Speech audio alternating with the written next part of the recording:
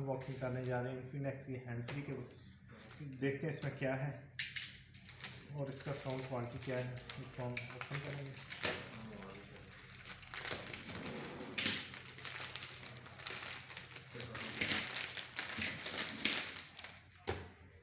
रबड़ आना नहीं चली जाएगी, पता नहीं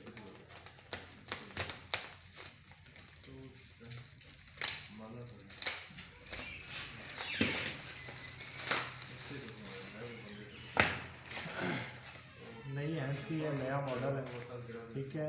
इसके एक तो हम आपको स्पेसिफिकेशन बताएंगे, दूसरा चेक करेंगे कि इसका साउंड क्वालिटी वगैरह क्या है, ठीक है।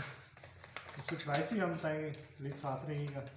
इसका मॉडल है XE9 ब्लूटूथ हैंड फ्री है। इस तरह की ये 2 पैक चार्जिंग के लिए है, 7 रबड़ है। ये हैंड फ्री है।